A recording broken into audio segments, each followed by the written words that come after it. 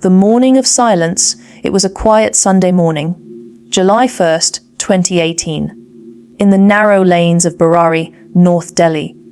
The neighborhood was just waking up. Tea stalls were opening, dogs barked lazily in the distance, and the faint call to prayer echoed from a nearby mosque. Then, at exactly 7:15 a.m., the first scream broke the calm. A local shopkeeper, Gurcharan Singh, was walking past the Chundawat family's home, a small, two-story building painted pale blue. He noticed the front door slightly ajar. It was unusual. The Chundawats were known to be early risers, but their grocery store hadn't opened yet. Curious, Gurcharan pushed the door open and froze. Inside, the sight was beyond comprehension. 11 bodies hung in a single row, their feet just inches from the floor. Eyes covered, hands bound, mouths tied with cloth.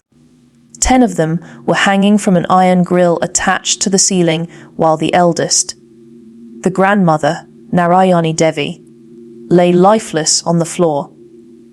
Within minutes, the narrow street filled with neighbors. Cries and gasps echoed as people crowded around the door. Someone shouted, "Call the police! Everyone's dead inside!" When the first officers arrived, they were met with chaos.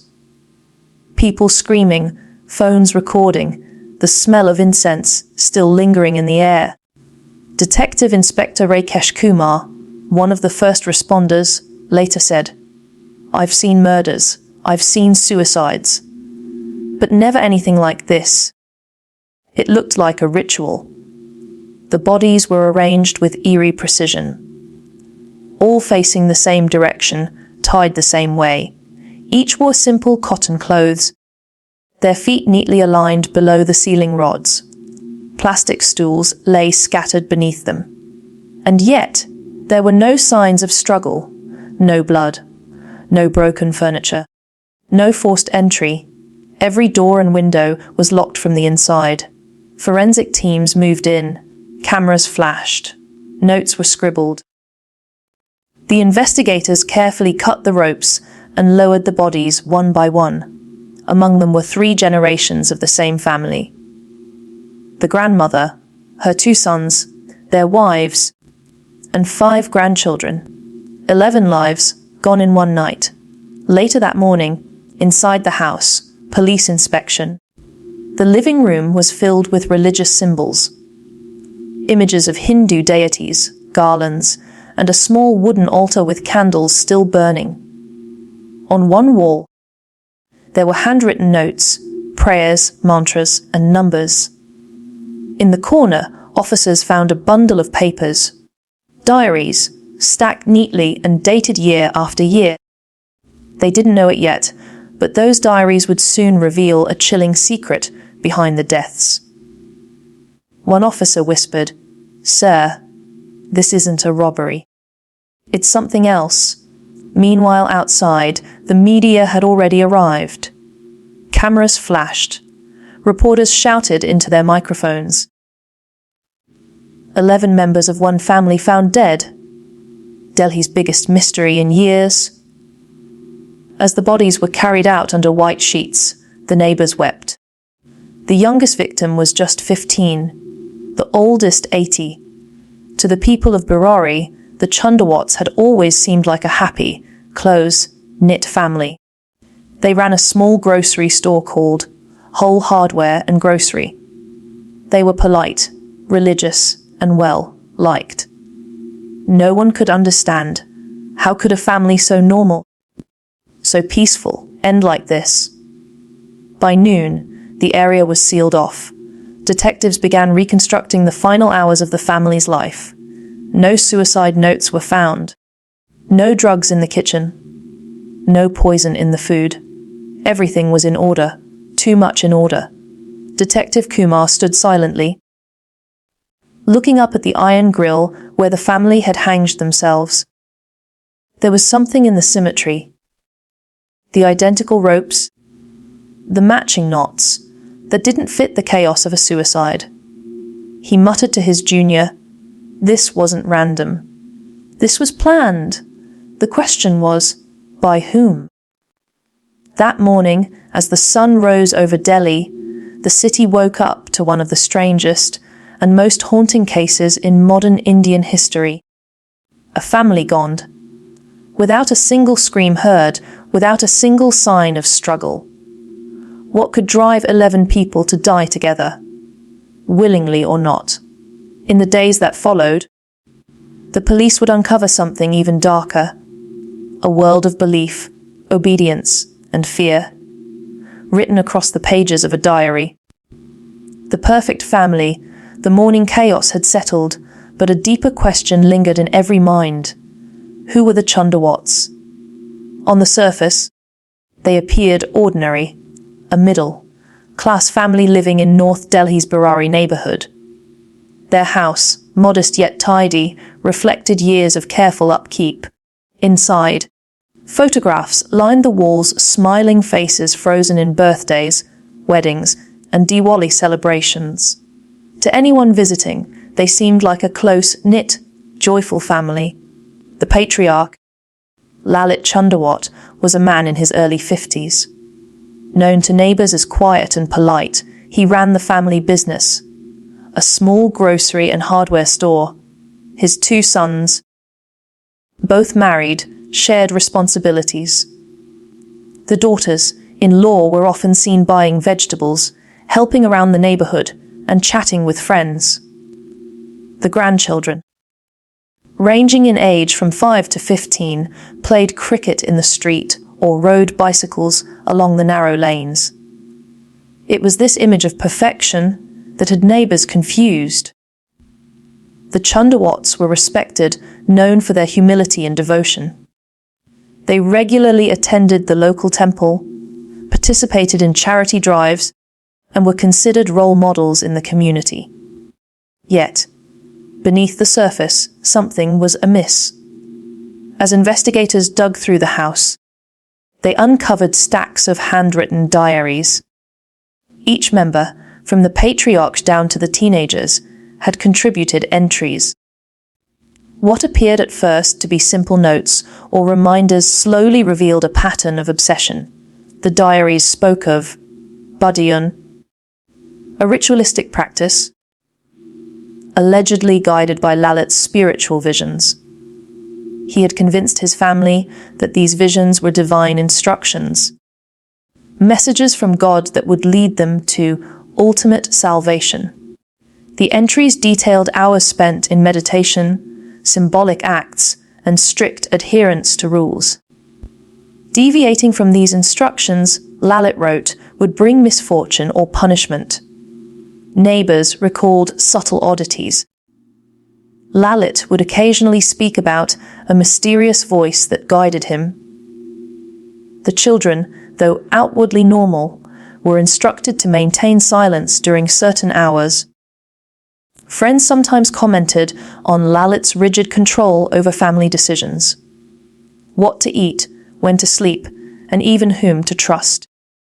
The investigation painted a chilling psychological picture.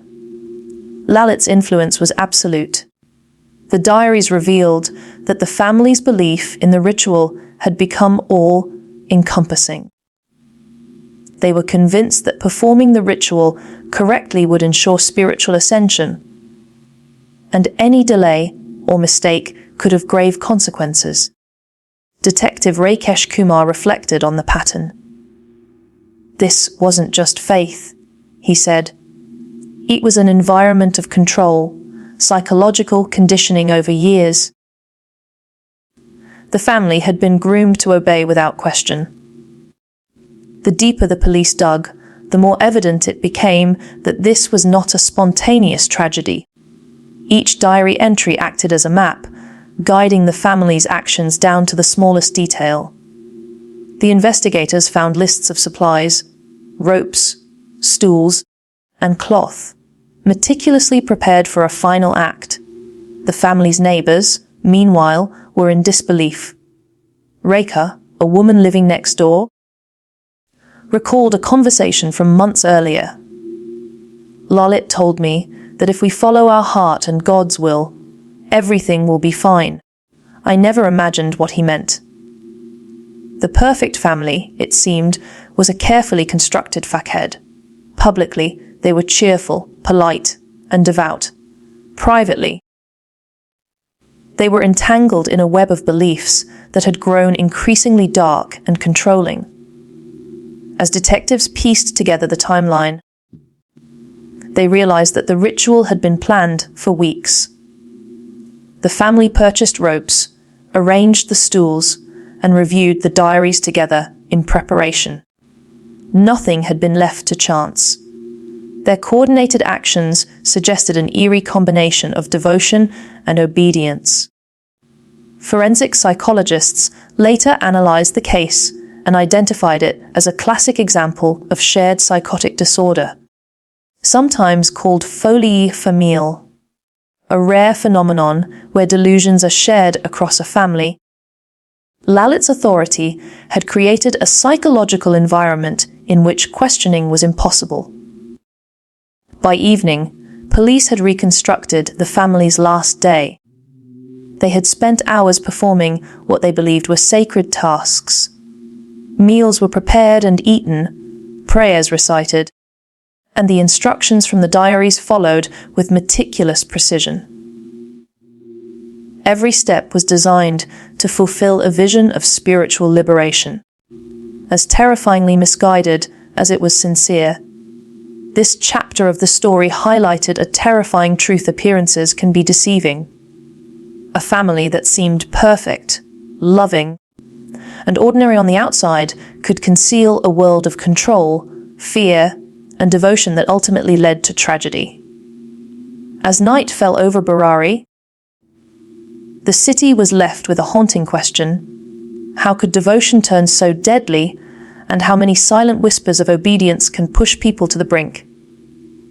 The ritual, by now, the police had pieced together fragments of the Chundawat family's last day. The diaries revealed not only instructions, but an intricate plan. A ritual meticulously crafted by Lalit Chundawat, the patriarch. This ritual, referred to as Burari in the diaries, was intended to guide the family towards spiritual liberation, according to Lalit's interpretation of divine messages. The day began like any other, yet everything was extraordinary in its precision. Each family member woke at dawn, performing silent prayers at the small altar in the corner of the living room. The air was thick with the scent of incense and marigold garlands. There was a quiet intensity in their movements, a synchronicity that suggested both devotion and discipline. Lalit instructed the children to remain silent, while the daughters-in-law carefully prepared tea and breakfast. Every gesture, every word had been dictated in the diaries: how to fold cloths, which mantra to recite, how to position themselves in the room. The youngest members, unaware of the gravity of their actions, followed their elders obediently, trusting in Lalit's guidance. Investigators later noted that the family had laid out all the materials for the final ritual in advance. Plastic stools were aligned perfectly beneath iron rods attached to the ceiling. Ropes, cloths, and covers were placed within easy reach. It was as if they were rehearsing a performance, each step documented and approved by Lalit. The diaries described that on this day, the family was to symbolically ascend together, aligning their actions with the supposed will of a higher power. Lalit's entries indicated a belief that failure to perform the ritual correctly could result in misfortune, a spiritual punishment for the family. Whether through fear, faith, or a combination of both, the family followed the instructions without hesitation. At around mid-morning, the Chundawats began the preparatory phase of the ritual. Candles were lit, incense burned steadily, and prayers were chanted in unison. Their movements were synchronized. There was no confusion, no argument. Each rope was tied with precision, each knot measured, each step deliberate. Detective Inspector Rakesh Kumar recalled, "What struck me was the meticulousness. This was not chaos. This was devotion and fear perfectly blended. The family knew exactly what they were doing, yet they believed it was a path to salvation." The rituals continued for several hours. Meals were simple, almost symbolic, and the family took them together silently. According to the diaries, Lalit reminded them constantly of their purpose. They were fulfilling a sacred duty. Every action was validated by notes, dates, and instructions written meticulously over months. By late afternoon, the ritual entered its final phase. Each member climbed the stools and positioned themselves beneath the rods. The ropes were secured according to the diagrams in the diaries. Candles flickered, casting long, eerie shadows across the walls. The last entry Lalit wrote that morning read, "When the time comes, let us all ascend together, united in faith and spirit. We are ready." And so they did. The family's final act was not spontaneous, it was planned with almost chilling precision. They executed the ritual exactly as instructed, obeying each step faithfully. By evening, the ritual was complete, and the Chundawats lay motionless.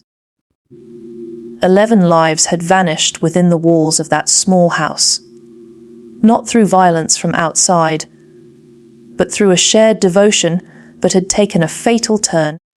Forensic psychologists later examined the diaries in the house, concluding that this was a case of shared psychotic disorder, or folie tout familial, where a dominant individual imposes delusional beliefs on a whole family.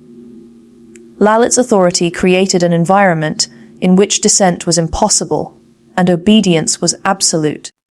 The ritual itself, once understood, revealed a terrifying paradox. Faith, usually a source of comfort, had become the instrument of death. The Chundawats, bound by love, trust, and fear, had collectively chosen the path that led to their demise. As night fell over Burari, the city remained unaware of the detailed horror that had unfolded hours before. The ritual, hidden behind closed doors, left a haunting silence that still echoes in the minds of investigators, neighbors, and anyone who learns of the case. The morning of discovery would only reveal the aftermath, but the ritual itself, the deliberate, terrifying precision, was the core of the tragedy. This was not just death. This was devotion transformed into a chilling spectacle of human psychology. The investigation, the sun rose over Burari the day after the discovery, casting long shadows over narrow lanes that were now cordoned off with yellow police tape. For Detective Inspector Rakesh Kumar and his team, the task was unprecedented. 11 members of one family dead under a roof, no forced entry, no struggle, only a meticulously planned ritual. The first step was to secure the scene. Forensic teams photographed everything, the ropes hanging from ceiling rods, the stools placed in perfect alignment, the candles, incense, and the altar. Every object, every note, every detail could be a clue. Detective Kumar began piecing together a timeline. Neighbors, friends, and relatives were interviewed. They described the Chundawats as polite, devout, and ordinary. Yet the diaries told a different story, one of obsessive ritual, control, and fear. Forensic experts examined the ropes and stools. Each knot had been tied with care, uniform in size and placement. The arrangement indicated premeditation. Toxicology reports revealed no poison, no sedatives, no drugs. The family had acted consciously, with awareness of their actions.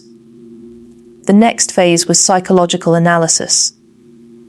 Experts were brought in to study the diaries, the notes on the walls, and accounts from neighbors.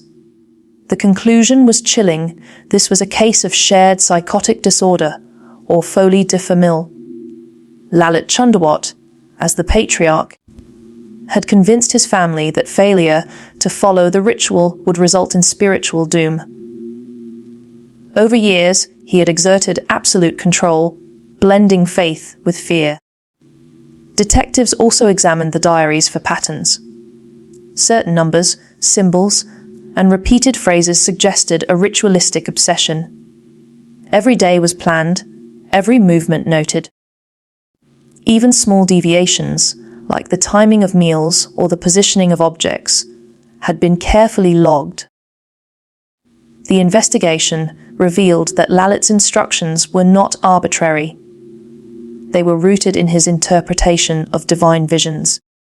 He had created an entire microcosm within the family home, a world where obedience was unquestioned and faith dictated life.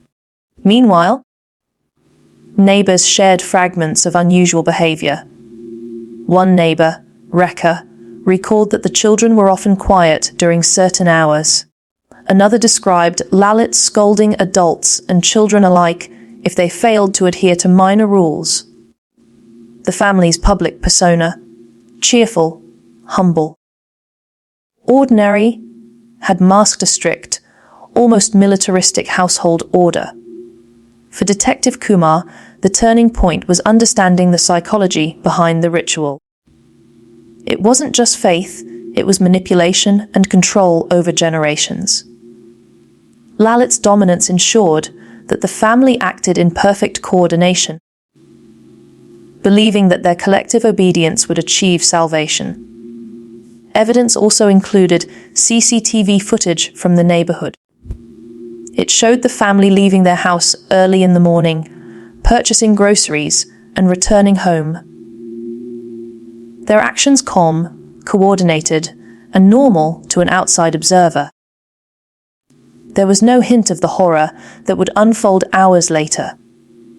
Investigators pieced together the sequence of events leading up to the deaths. Preparations began weeks earlier. Ropes purchased, stools aligned, diaries updated daily. Each member had internalized Lalit's instructions. The final act was not impulsive. It was a planned culmination of years of psychological conditioning. Detective Kumar later reflected. The most disturbing aspect was the normalcy. To the outside world, this family seemed happy. Inside, fear and obedience had created a perfect storm. Nothing in the house suggested violence from outside, only devotion, twisted into tragedy. As the investigation continued, the diaries provided insight into the patriarch's mindset. Lalit believed that performing the ritual correctly would allow the family to transcend mortality. The writings combined spiritual instructions with precise, almost mechanical directives for every family member. By the end of the week, the forensic and psychological findings were clear. The Burari deaths were not the result of external violence or coercion. They were a tragic intersection of faith, fear, and absolute control. The case sent shockwaves across India. News outlets called it one of the most mysterious and haunting incidents in recent history. But for Detective Kumar and his team, the work was only beginning. Understanding how faith could be weaponized and how ordinary people could be led to their deaths required meticulous study, patience, and empathy. The investigation had uncovered a truth far more chilling than anyone had imagined. A family, bound by love and obedience, could collectively step into death, guided by one man's delusions. And yet, the most haunting question remained: how many other families might be living under unseen control, following rules no one else understands, waiting for a moment that could turn deadly? The legacy of silence, the Burari tragedy, had left India stunned. 11 lives, from a single family vanished under circumstances that seemed incomprehensible. Media outlets covered the story extensively, dubbing it the Chundawat ritual deaths, while psychologists, sociologists, and spiritual experts debated the causes. Detective Inspector Rakesh Kumar reflected on the case repeatedly. It was not only a question of what happened, but how such devotion could transform into death. In interviews, he explained that the patriarch's control over the family had been absolute, and his delusions had been meticulously documented in diaries spanning years. Forensic psychologists emphasized the rarity of such cases. Shared psychotic disorder, or folie de famille, occurs when delusions from a dominant family member are absorbed by others, creating a collective reality that becomes unbreakable. Lalit Chundawat's influence had created an environment where questioning, doubt, or dissent was impossible. Obedience and faith were intertwined to the point where the family's decisions, including their final act, seemed rational to them. In the aftermath, authorities studied the implications. How could normal people with jobs, children, and neighbors participate willingly in such an act? Experts concluded that long-term psychological conditioning, combined with religious devotion, fear, and familial obedience, created a dangerous vulnerability. Neighborhoods in Burari remained quiet. Some residents expressed fear, while others tried to normalize life again. Temples, schools, and shops reopened, but the shadow of the tragedy lingered. Rekha, a neighbor, said, "We all knew the family as kind and ordinary. None of us could imagine what was happening behind closed doors." The diaries became a cornerstone for understanding the events. Each entry revealed not only spiritual beliefs, but also strict schedules, specific instructions, and moral imperatives. They provided insight into Lalit's mind, his obsession with visions, divine messages, and absolute authority. Investigators learned that these writings were the foundation upon which the family's actions rested. Legal and social debates emerged. Should authorities intervene in such private family practices? Could intervention have prevented the deaths? These questions sparked discussions on mental health awareness, community responsibility, and the thin line between faith and fanaticism. Psychologists highlighted the danger of unquestioned authority within families.